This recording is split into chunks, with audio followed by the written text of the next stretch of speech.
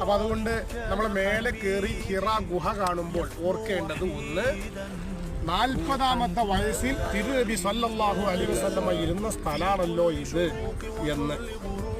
2, ബഹുമാനപ്പെട്ട മലക്ക് ജിബ്രീൽ അലൈഹിസ്സലാം വന്ന സ്ഥലമാണല്ലോ ഇത് എന്ന്. 3-ാമത്തേത്, ഈ ഉമ്മത്തിന്റെ 1-ാം പ്രമാണമായ പരിശുദ്ധ ഖുർആനിലെ ആദ്യ വചനങ്ങൾ ഇറങ്ങിയ സ്ഥലമാണല്ലോ ഇത് എന്ന്.